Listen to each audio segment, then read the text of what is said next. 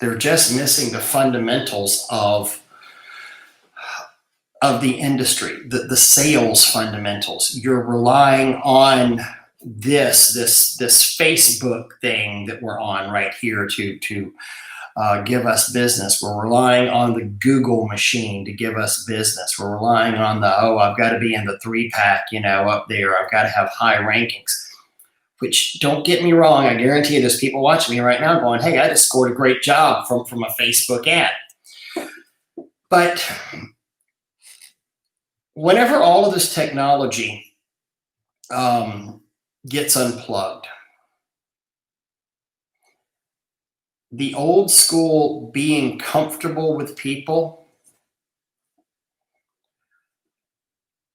being able to sell yourself, being able to knock on a door and walk in or go up to the receptionist and say, hey, can I see the manager? Hi, who's in charge of working, on ordering your cleaning? Or you go and do that research beforehand. You'll never go wrong whenever you get those skills. And in fact, it'll kick the crap out of the online sales every time. It's the relationship building. It's the relationships where you get the great money. I was talking to Bobby Walker. I think I mentioned this a couple of days ago or maybe a couple of weeks ago on a podcast thing. Bobby, he said he had looked back at his records and the sales that he had gotten from face-to-face communication were higher than a higher profit margin, a higher sales amount than the people that went up there through response to bid and filling out a request form online. John Orr is saying salesmanship is truly a lost art. You're right, John. It is. It really is. And let's say you're horrible at sales.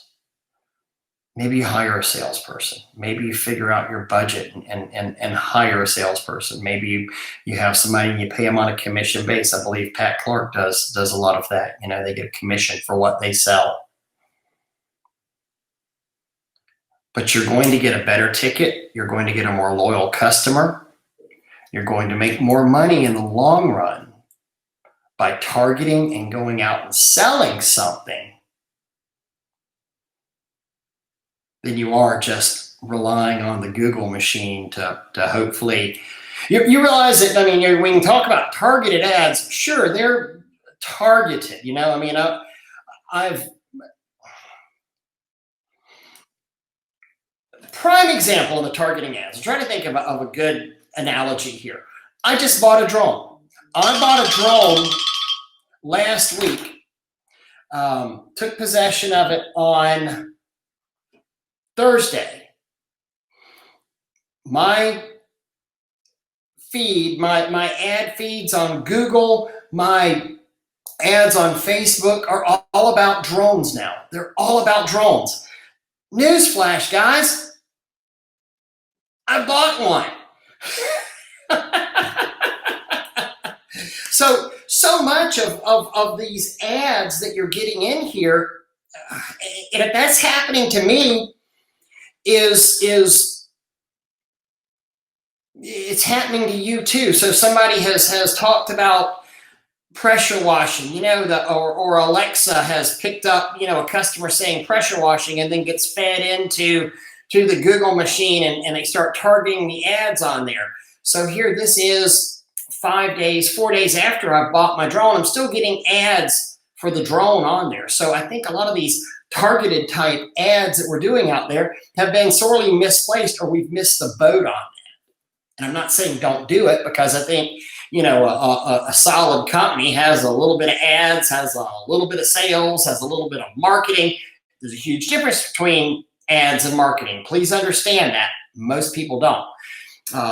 It's really, it's a jigsaw puzzle. It's not just one thing out there. Rick Nyes, every estimate is face-to-face. Never quote anything on the phone. Exactly, Rick. Exactly. You know, and I'll tell you what, I can just kick the crap out of somebody if it's a phone-based estimate. You know, we do it all the time. Whenever I'd like a quote for my roof. Okay, well, fantastic. Ray will come out there and to the house. We'll drive by. You know, may not be able to meet with them, but we're certainly going to go and look at the property. Well, just give me a price. Well, no, I won't give you a price. Well, why can't y'all just give me a price? I mean, you know, I've called 2 other companies and they gave me a price over the phone, and I'm just like, you know, Mr. Smith, I don't understand how they can do that. You know, roof cleaning is first off, I don't know what condition your roof is in. I don't know if you're under pine trees or oak trees, if I've got a bunch of debris up there. Do we have gutters? You know, the Google Maps that I'm sitting here pulling it up where I'm looking at it, I don't have a super clear photograph of your house.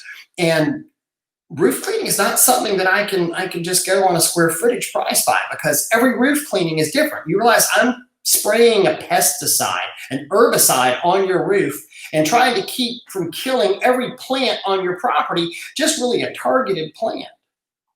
You know, I need to see if I have access to your roof. I need to see for my safety and for the safety of your property, is that roof going to be best walked, or is it going to be best done from a ladder? Is it going to be best done from shooting from the ground? If I'm going to walk it, do I have a place to tie off on there? So there's really a lot of information. You know, do we have hollies out front as a hedge, or do I have boxwoods out as a hedge? Do you have Nandina? Do you have roses under the drip line? There's so much of this that goes in to pricing your property. And usually whenever I get done telling them that, they're like, yeah, please come out. Absolutely. Please come out to my property. I want to meet with you because everybody else has just thrown a price off the top of their head. And 9 times out of 10, I get those jobs. And I get it for higher than what the guy who threw the price off his head did, you know? And it might be uncomfortable, but man, that's what growth is all about. It's like working out, you know, whenever you get that soreness, it's where you've ripped those muscles a little bit. You know, we lift and it tears the muscles and it grows back and it causes a little bit of pain. Pain's okay. It's okay to get scared. It's okay to get nervous out of your comfort zone. Kind of like it. You know, talk about butterflies in your stomach. Well, maybe it's you know, every time I've ever gone up on stage or spoken, or even maybe, well, not every time I meet with a customer, but it's okay to get those butterflies. They say the trick is to get those butterflies flying in formation. If you absolutely hate people or just are so scared of that, join Toastmasters or get involved with some civic clubs where you can do some presentations. Things like that can really help you kind of build that skill a little bit. I see a couple of comments. Let me come in here.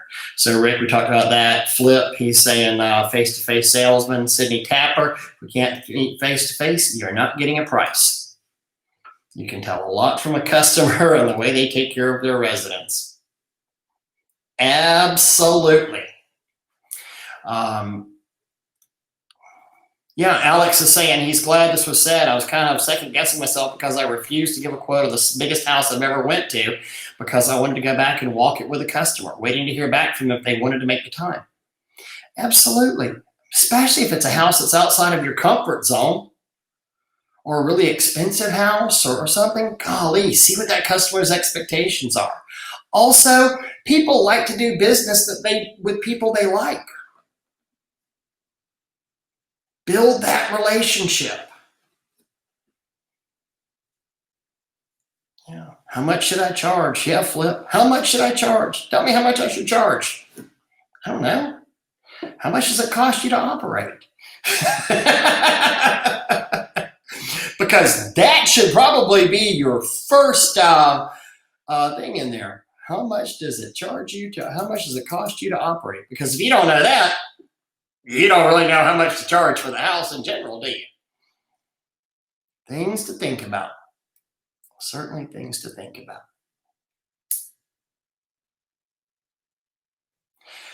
you know, these companies and these coaches that are promising basically overnight results, that are promising you that you can do $30,000 a month like that.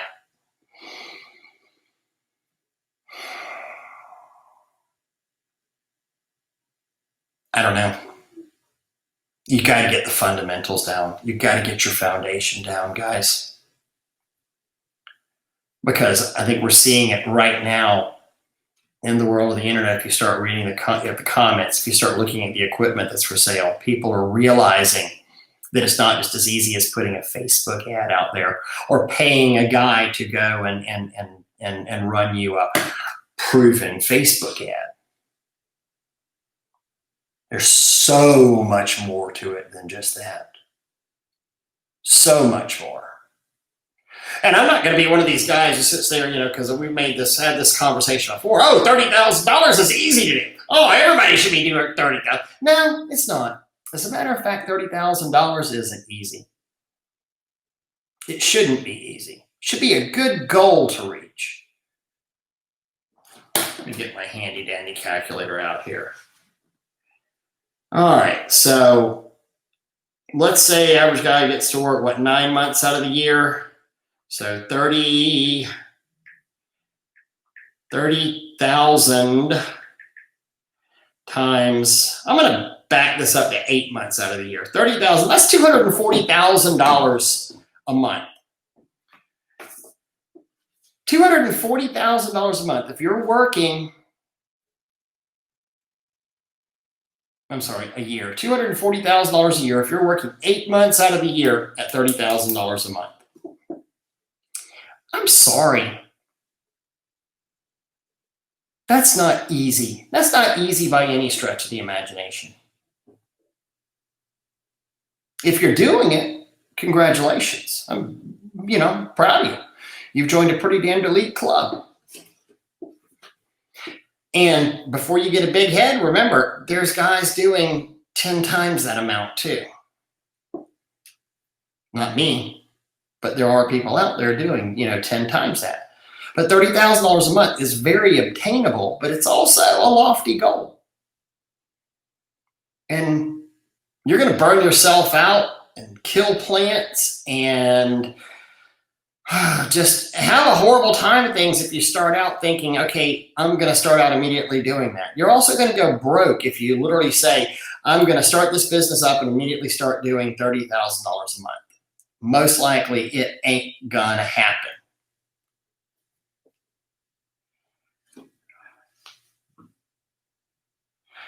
Oh, I see Jacob Deal has joined us. Good afternoon, Jacob. I see you woke up here at the crack of afternoon. Jacob's been out doing a big package of gas stations lately, so he's been burning the midnight oil. Tyler Payton said, great advice, Ray. That's why I love this group. Flip.